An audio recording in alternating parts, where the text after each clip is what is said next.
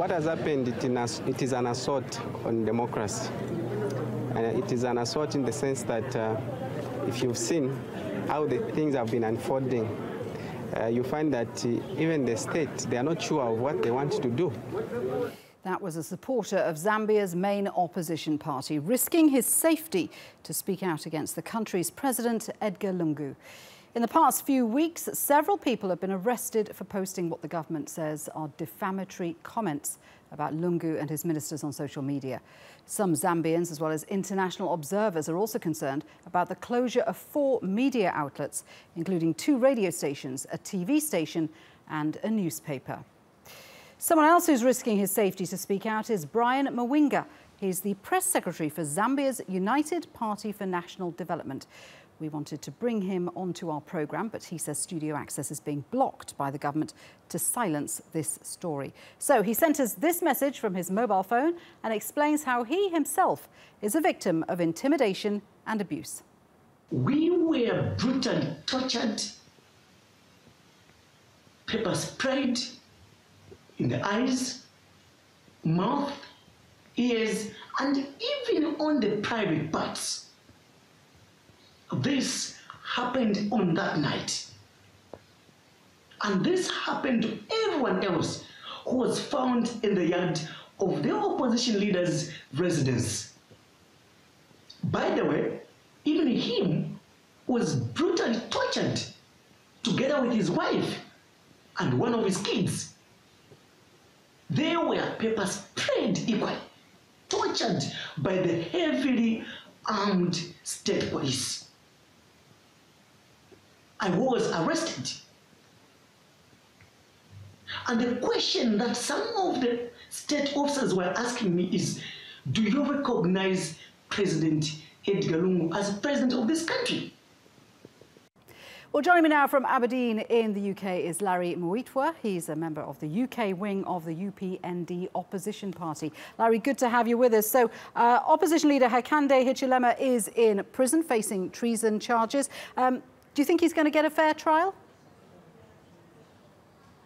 Well, first and foremost, I just want to give you a synopsis of what has been happening in my country.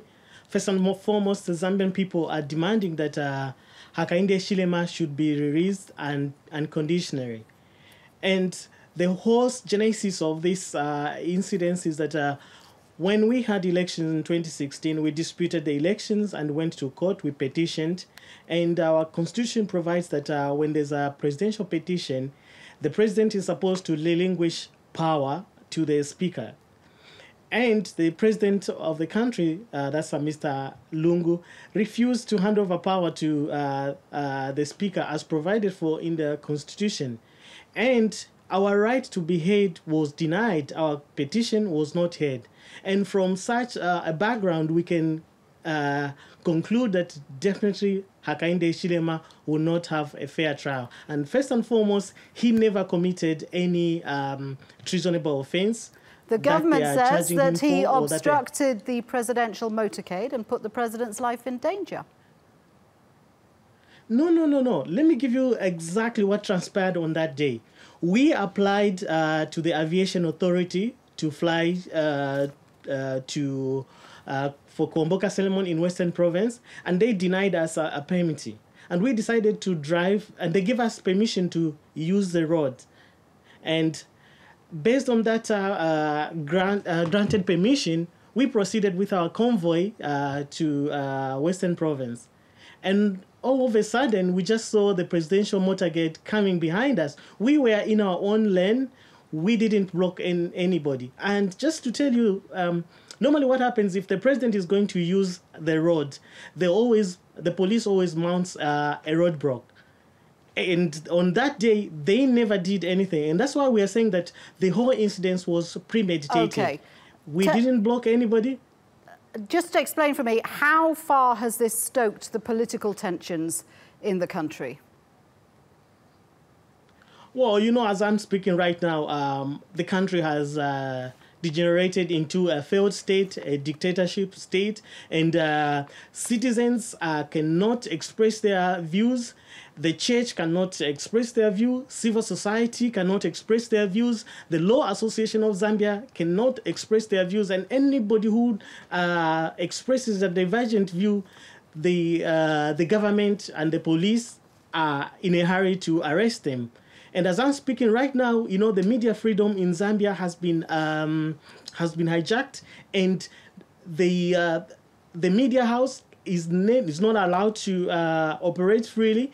The police are all over, you know, arresting any journalist. There's a state of emergency in Zambia right now because Lungu's supporters are saying that's necessary because there's been a string of arson attacks by their political opponents. This is what Lungu's camp are saying. And you yourself have been accused of setting fire to a market in Lusaka. No. You know, those are the tactics that they are using. So they are causing, arson themselves. And I can give you an example of what transpired with City Market. City Market was burnt around 04 Alasa UK time, about 6 a.m. Zambian time. And within 10 minutes, the Inspector General of Police and the Home Affairs Minister was on the scene, confirming what transpired, and without carrying any substantiated investigation, they accused myself and the opposition as having been the mastermind of the inferno. And one thing I want to share with you is that I also ran a business in the same City Market, and there's no way I can set on fire something that provides, you know, livelihood for my family. Okay. So all those are just orchestrated strategies by the government so that they can use and invoke the state of emergency and go after people who have divergent views. So right now, are ordinary Zambians able to speak out about the government? Are they able to criticize Lungu? Are they able to express dissent? Right now, you cannot speak against the government. As I speak just right now, the other opposition leader, that's Xavier Chishimba, has been arrested already. And that's how, you know, our country has degenerated. You can never speak against the government. We have about 3,000 of our members who have been incarcerated, you know, on trumped-up charges. And what Zambians are demanding is to just have a peaceful country, a country that, you know, respects the rights, the fundamental human rights of individuals, and, you know, good governance, a fair justice system. And these are the things that we are just demanding. It's interesting because Zambia was held up as being, you know, a beacon of democracy across Africa. Has there been any reaction, international reaction or regional reaction? Have other African leaders weighed in to criticise President Lungu? Well, the EU have already condemned the Zambian government. SADC has put up their concerns, you know, about what's obtaining in Zambia, and different, you know, organization and communities in Africa. They've expressed their concern on what's transpiring in our country. And, you know, we have fought so hard to attain these democratic tendencies, and this government has completely, you know, eroded all the efforts that we've made in terms of democracy. Thank you very much indeed for joining us. Great to speak with you, Larry Mwitwa there.